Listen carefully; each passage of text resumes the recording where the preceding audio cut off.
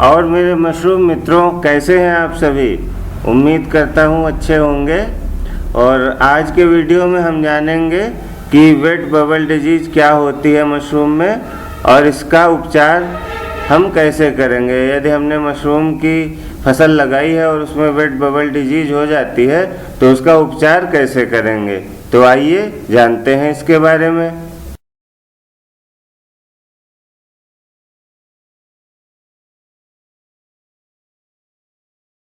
यह कवक रोग कवक माइकोगाइन पर्निसियोसा के कारण होता है और आम है।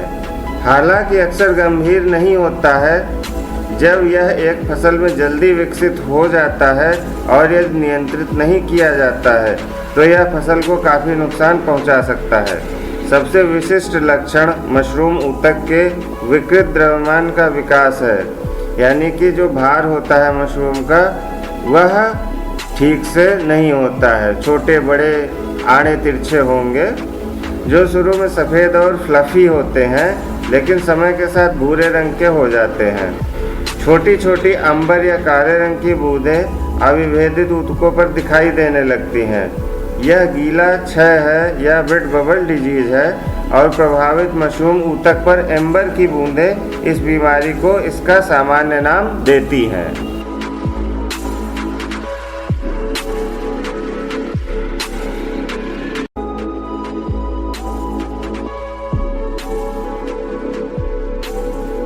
दूषित केसिंग सामग्री रोगजनक का एक सामान्य प्राथमिक स्रोत है।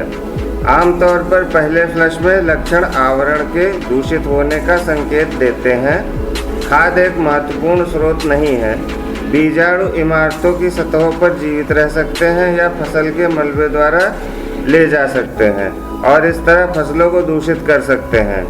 यह रोग बीजाणुओं और माइसीलियम द्वारा फैलता है। एक बार फसल में रोगजनक स्थापित हो जाने के बाद फैलने का मुख्य साधन पानी के छींटे और क्यारियों से अतिरिक्त पानी बहना है।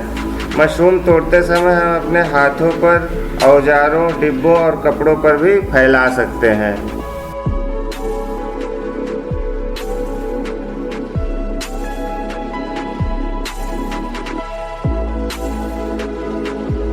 नियंत्रण के सबसे महत्वपूर्ण साधनों में से एक रोगजनक के प्राथमिक स्रोतों को खत्म करना है।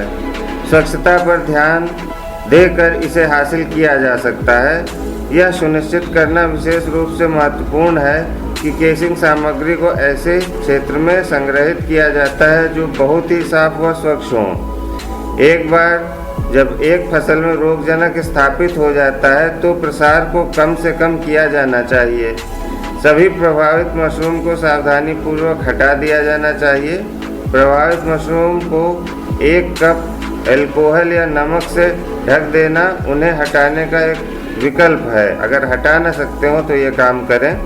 चूँकि पानी फैलाने के सबसे महत्वपूर्ण तरीकों में से एक है, यह सभी रोगग्रस्त मशरूम को हटा दिए जाने के बाद ही किया जाना चाहिए। सबसे अच्छा तरीका यही है कि जहाँ पे रोग हो गया हो उस जगह की कंपोस्ट के साथ मशरूम को हटा दें, क्योंकि ये बार बार फैलता रहेगा।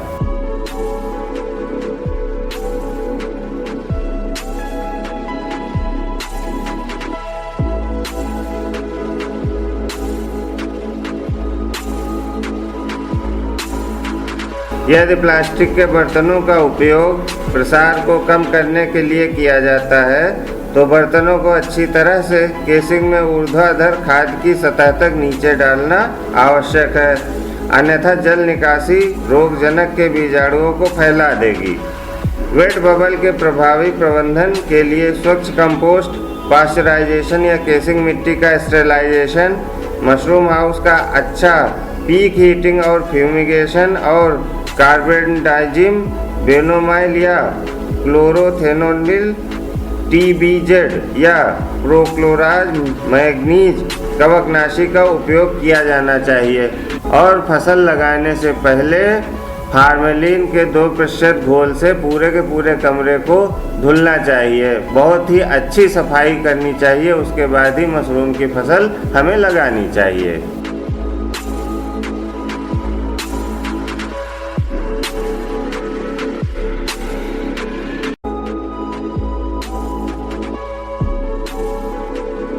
केसिंग को लगाने के 2 या 3 दिन पहले 1% फार्मेलिन से उपचारित किया जाना चाहिए।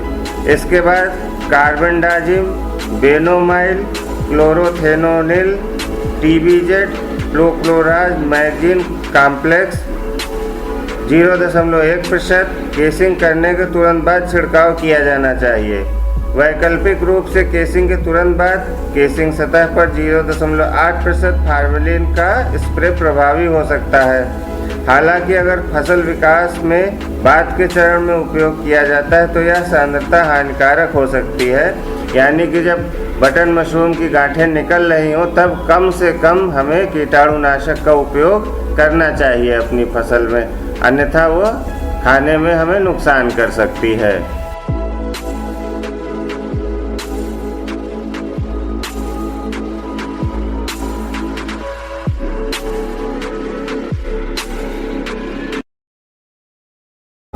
अब नीचे की फोटो में आप देखिए कि किस तरह से वेट बबल डिजीज ने फसल को संक्रमित किया है।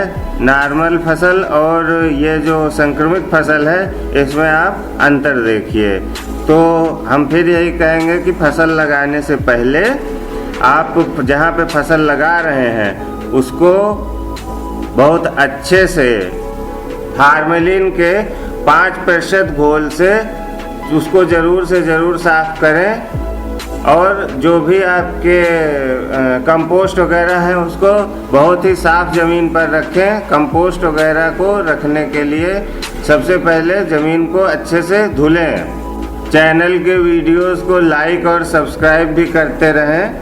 चैनल को भी सब्सक्राइब करें, और अगर कोई चीज़ आपको अच्छी नहीं लग रही है या बहुत अच्छी लग रही है या कोई सजेशन है तो वो आप उस संबंधित वीडियो के कमेंट में ज़रूर लिखें। और अगर कोई आपको मशरूम से उगाने में मदद चाहिए तो आप व्हाट्सएप कर सकते हैं, कमेंट कर सकते हैं। यह सेवा हमारी तरफ से बिल्कुल निःशुल्क है, इसका कोई भी चार्ज नहीं लिया जाता है।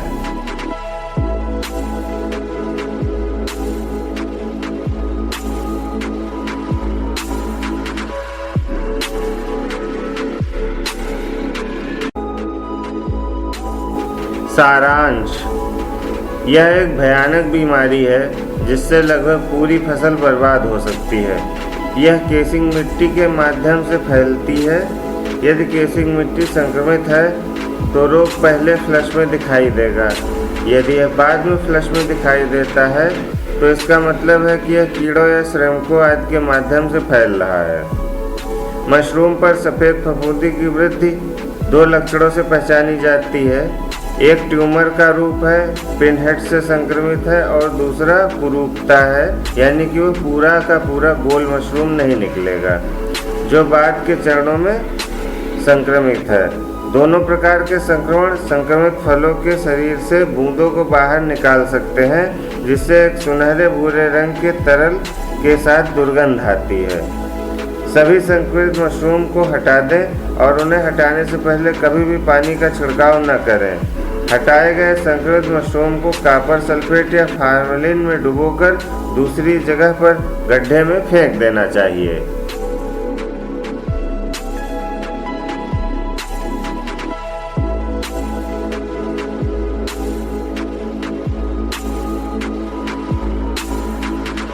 नियंत्रण, केसिंग के तुरंत बाद बेनोमाइल 0.1% का छिड़काव करें या केसिंग के बाद फार्मेलिन 0.8% और कार्बेंडाजिम 0.1% का छिड़काव करें।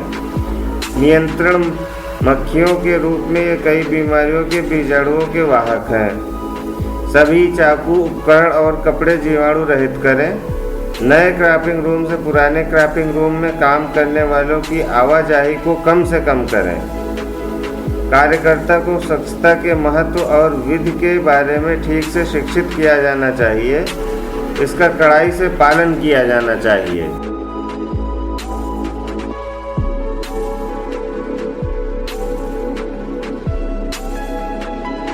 कटाई से पहले संक्रमित मशरूम को प्लास्टिक के गिलास से ढक दें और हटाने के बाद क्षेत्र को नमक या कवकनाशी से उपचारित किया जा सकता है।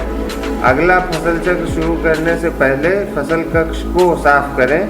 यह अत्यधिक महत्वपूर्ण है कि आवरण वाली मिट्टी को 65 डिग्री सेल्सियस पर 4 से 6 घंटे के लिए भाप का उपयोग करके पाश्चुरीकृत किया जाए। दूसरे क्रॉपिंग रूम को खोलने से पहले एक क्रॉपिंग रूम को बंद करना और कॉरिडोर को साफ और कीटाणु रहित रखना बहुत जरूरी है।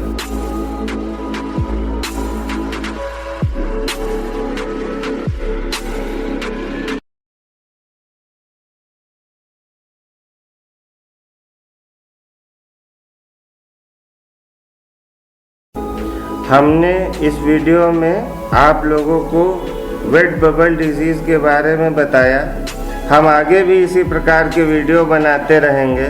बस आप लोग लाइक व सब्सक्राइब करके हमारा उत्साहवर्धन करें और सहयोग देते रहें। अब हमारी बिटिया वसुधा सिंह आपको कुछ बताएंगी और कुछ कहेंगी। सभी अंकल आंटी भैया दीदी लोग वीडियो को पूरा देखें और चैनल को सब्सक्राइब भी करें। धन्यवाद।